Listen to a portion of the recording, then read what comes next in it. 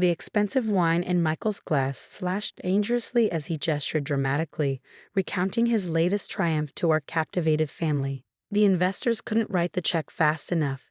He boasted, his designer watch catching the light. $50 million, just like that. I took a small sip of my own wine, watching my mother beam at her stepson with undisguised pride. Dad was nodding along, thoroughly impressed by the young tech mogul he'd helped raise. Even my younger sister Sarah was hanging on Michael's every word. And it all started with Julia's little idea, Michael added, throwing me what he probably thought was a generous acknowledgment. Remember that conversation at Christmas 2 years ago about personalized eye therapy? Who knew it would turn into something this big? My name is Julia Chen, and at 32, I was watching my stepbrother take credit for a company that was secretly mostly mine. Not that Michael or anyone else at this table knew that particular detail. It was just a rough concept, I said modestly, playing my part. You're the one who made it real. Michael raised his glass in my direction. Here's to family inspiration. Though maybe next time come up with an idea you can actually execute yourself, sis. The condescension in his voice made my mother wince, but I just smiled. If he only knew about the execution that had already taken place. 2 years ago, that Christmas conversation hadn't been the casual chat Michael remembered. I had spent months developing the AI therapy concept, creating detailed business plans, and even building a basic prototype. When I shared it with Michael, I'd been looking for genuine feedback from someone I thought I could trust. Instead, 3 weeks later, he registered the company himself. Therapy was born, with Michael Stewart as its founder and CEO. He even used the name I suggested. Did you really come up with the basic idea, Julia? Sarah asked, her eyes wide. That's so cool. Oh, it was nothing, I assured her, catching Michael's sharp look. Just a vague concept. Michael did all the real work. What Michael didn't know was that while he'd been busy playing tech visionary, I'd been methodically acquiring control of his company through a complex network of shell corporations and investment vehicles. My phone buzzed quietly, a message from Thomas, my lawyer. Final paperwork filed. You now officially own 75.4% of Therapy through the holding companies. Congratulations. I excused myself to the bathroom, needing a moment to appreciate the irony of the situation. Michael thought he was celebrating the biggest deal of his life, but he just unknowingly sold the majority of his company to me. The journey to this moment had started the day I discovered Michael's betrayal. I'd been working late at my consulting job when a colleague sent me a link. Check out this hot new startup, right up your alley. There it was, my entire concept, down to the specific features I'd outlined, being presented by Michael at a tech conference. He was using my slides, my research, even some of my code, all repackaged under his name. Most people would have confronted him immediately or sued for theft of intellectual property. But I knew better. Michael had carefully covered his tracks, and our family dynamics made direct confrontation complicated. Mom had married Michael's father when we were teenagers, and she'd spent years trying to blend our families seamlessly. So I chose a different path. While Michael focused on being the charismatic face of Therapy, I worked quietly behind the scenes. My consulting job gave me connections to private equity firms and venture capitalists. I created a series of investment companies, each seemingly independent but all leading back to me. Every time Therapy needed funding, my shell companies were there, offering attractive terms. Michael, ever confident in his own brilliance, never questioned why investors were so eager to buy in. He was too busy giving interviews and attending tech conferences to notice that each funding round diluted his ownership while strengthening mine. Everything okay in there? Mom called through the bathroom door, snapping me back to the present. Michael's about to tell us about the expansion plans. Coming? I called back, checking my reflection in the mirror. The same soft-spoken, supportive stepsister Michael had always underestimated looked back at me. I returned to the dining room just as Michael was explaining his vision for the company's future. The acquiring company wants to take Therapy global, he announced. They're keeping me on as Chief Innovation Officer, with a huge compensation package. That's wonderful, sweetheart, his father beamed. Always knew you had it in you. I caught Sarah giving me a strange look. My younger sister had always been more perceptive than the rest of the family. Did you work with AI in your consulting job, Julia? She asked innocently. Michael's smile flickered slightly. Different kind of AI, he said quickly. Julia's work was much more basic. If he only knew that my basic work had included developing most of the core technology his company now used. The patents were held by one of my shell companies, which had then licensed them to Therapy at suspiciously favorable rates. Actually, I said, deciding to push just a little. I'd love to hear more about the technical side of things, Michael. How did you solve the privacy compliance issues we discussed that Christmas? I watched him squirm slightly before launching into a vague explanation that basically outlined the exact solution I detailed in my original business plan, the one he'd stolen. My phone buzzed again. Another message from Thomas. Acquiring company wants to meet with all major shareholders next week. Time to decide how you want to handle this. That was the question, wasn't it? In a few days, Michael would discover that his great exit wasn't quite what he thought. The company he believed he'd sold wasn't really his to sell.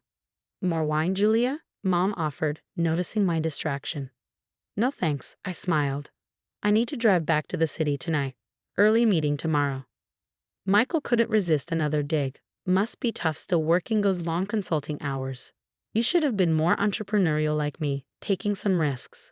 I thought about the millions I'd spent quietly buying control of his company, the careful legal maneuvering, the years of patient planning while he took credit for my work. We can't all be visionary founders, I said mildly. Some of us have to do the detail work.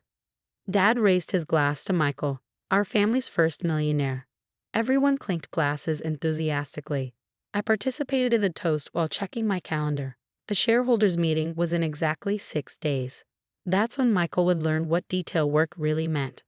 As dinner wrapped up, Michael pulled me aside. Listen, sis, he said, his voice softening with what he probably thought was generosity. I feel bad about how things worked out.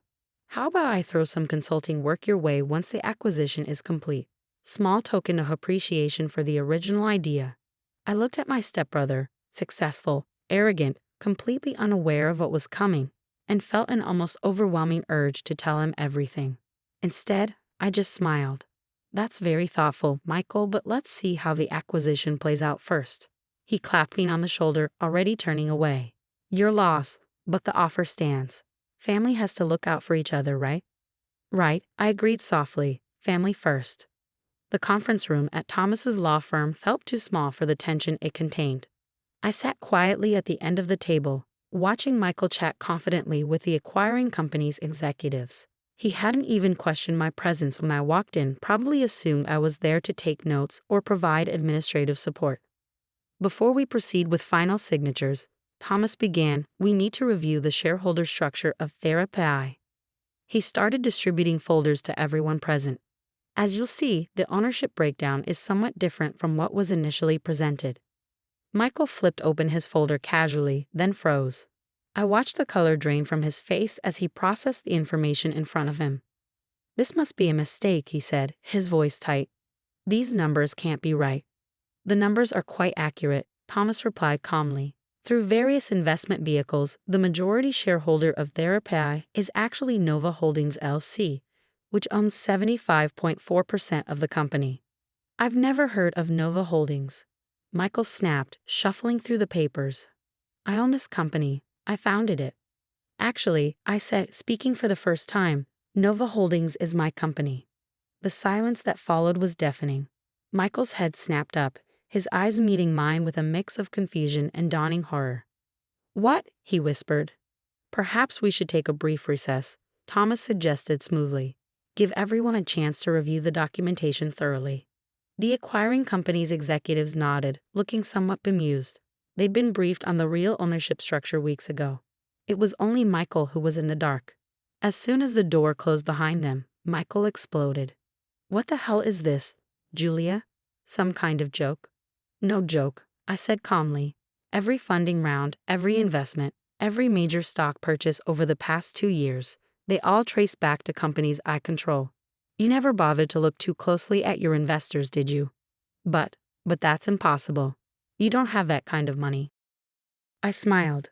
My consulting work paid better than you thought, and it's amazing what you can do with good credit and better lawyers when you have a solid business plan. The original business plan, actually. The one you took from my laptop that Christmas. His face went from pale to red. You can't prove that. I don't need to. I replied, opening my own folder. The ownership structure is legal and documented.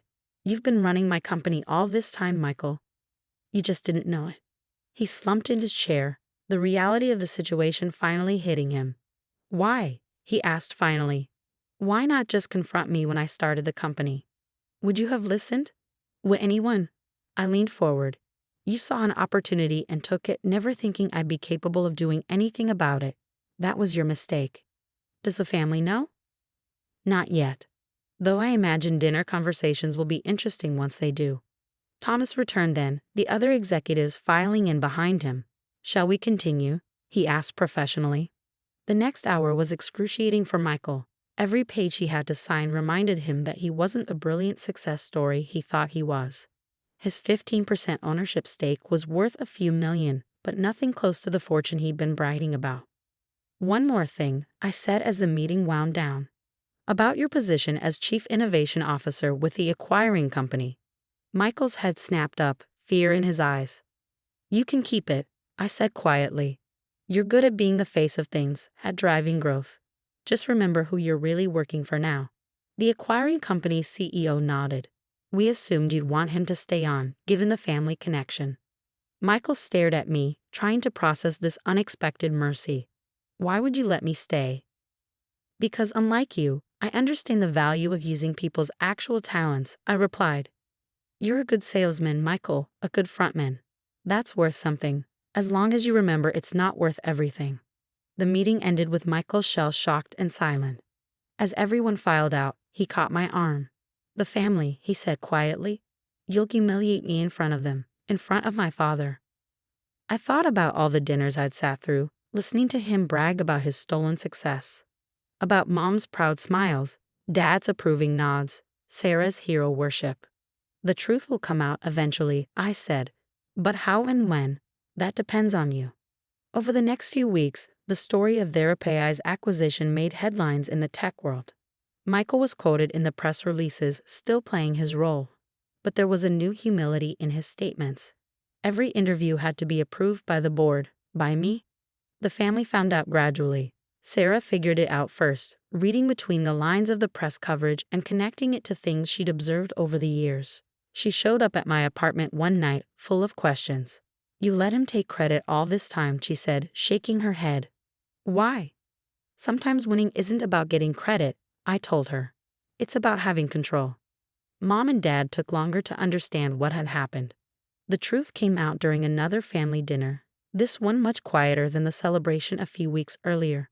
I don't understand, Mom said, looking between Michael and me. I stole her idea, Michael admitted finally, staring at his plate.